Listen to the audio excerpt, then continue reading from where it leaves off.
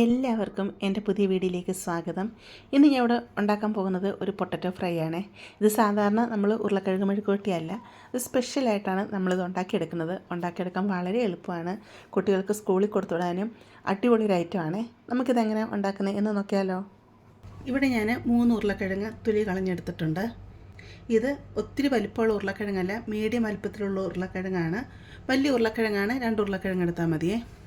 നമുക്കിതിനെ കട്ട് ചെയ്തെടുക്കാം. ഉരുളക്കിഴങ്ങിനെ നടുക്കൂടെ ആദ്യം ഒന്ന് കട്ട് ചെയ്തെടുക്കാം. ഈ ഒരു പീസിനെ നടുക്കൂടെ ഒന്ന് കട്ട് ചെയ്തെടുക്കാം. എന്നിട്ട് കനം കുറച്ച് നമുക്കിതിനെ അരിഞ്ഞെടുക്കാം.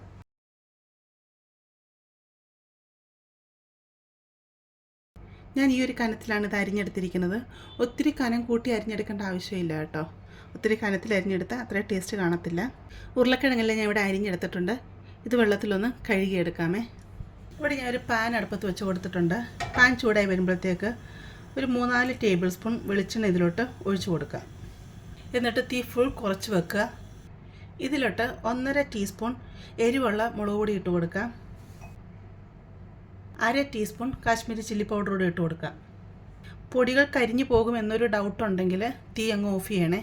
ഇതിലോട്ട് ഒരു 1/4 ടീസ്പൂൺ മഞ്ഞൾപ്പൊടി ഇട്ട് കൊടുക്കാം. ഉരുളക്കിഴങ്ങിന് ആവശ്യത്തിനുള്ള ഉപ്പും കൂടി ഇതിലോട്ട് അങ്ങ് ഇട്ട് കൊടുക്കാം.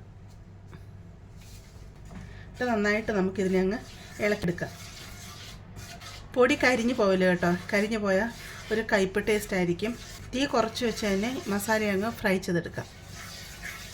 മസാല ഇവിടെ ഫ്രൈ ആയി വന്നിട്ടുണ്ട്. ഇതിലോട്ട് അരിഞ്ഞ് കഴുകി വെച്ചിരിക്കുന്ന ഉരുളക്കിഴങ്ങ് അങ്ങ് ഇട്ട് കൊടുക്കാം. നന്നായിട്ട് ഇളക്കി മിക്സ് ചെയ്ത് കൊടുക്കാം. ഇതിലോട്ട് ഞാൻ കുറച്ച് കറിവേപ്പിലൂടെ ഇട്ട് കൊടുക്കുകയാണ്. ഇട്ട് നന്നായിട്ട് ഇതിനെ മിക്സ് ചെയ്തെടുക്കാം. ഉരുളക്കിഴങ്ങ് ഈ വെളിച്ചെണ്ണയിൽ കിടന്ന് നല്ലതായിട്ടൊന്ന് ഫ്രൈ ആയി വരണം.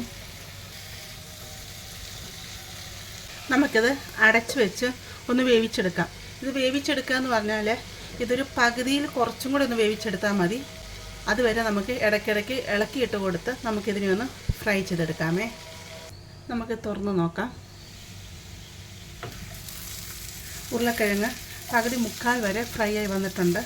വെന്ത് വന്നിട്ടുണ്ട് കേട്ടോ. എന്നങ്ങ് വെന്തുടഞ്ഞ് കുഴഞ്ഞു പോയിട്ടില്ല.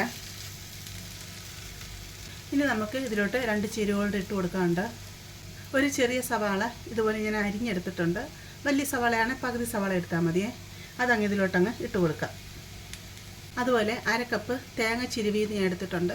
ടേബിൾ സ്പൂണിലാണെങ്കിൽ ഒരു 4 ടേബിൾ സ്പൂൺ ഇട്ട് കൊടുക്കുക കേട്ടോ. അതും കൂടി ഇതിലോട്ടങ്ങ് ഇട്ട് കൊടുക്കാം. ഇട്ട് നന്നായിട്ട് നമുക്കിതിനെ അങ്ങ് മിക്സ് ചെയ്തെടുക്കാം.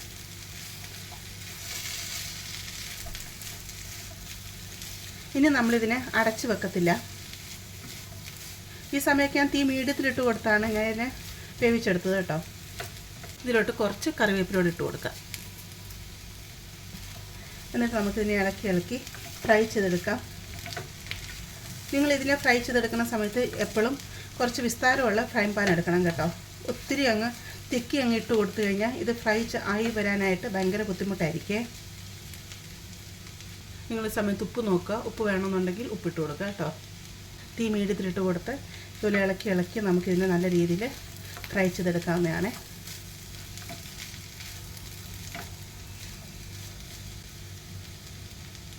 ഉരുളക്കിഴങ്ങ് നല്ല രീതിയിൽ തന്നെ ഫ്രൈ ആയി വന്നിട്ടുണ്ട്. ഉരുളക്കിഴങ്ങ് ഒത്തിരി കുഴഞ്ഞൊന്നും പോയിട്ടില്ല. തീ അങ്ങ് ഓഫ് ചെയ്യാമേ.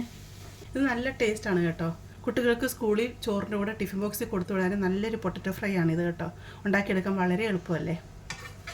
അപ്പോൾ നിങ്ങളെല്ലാവരും ഇത് തയ്യാറാക്കി നോക്കുക. ഇഷ്ടപ്പെടുവാണെങ്കിൽ ചാനലൊന്ന് സബ്സ്ക്രൈബ് ചെയ്ത് സപ്പോർട്ട് ചെയ്യുക. അത് ലൈക്ക് ചെയ്യുക. നിങ്ങളുടെ ഫാമിലിയോട്ട് ഫ്രണ്ട്സിലോട്ടൊക്കെ ഷെയർ ചെയ്ത് കൊടുക്കുക കേട്ടോ.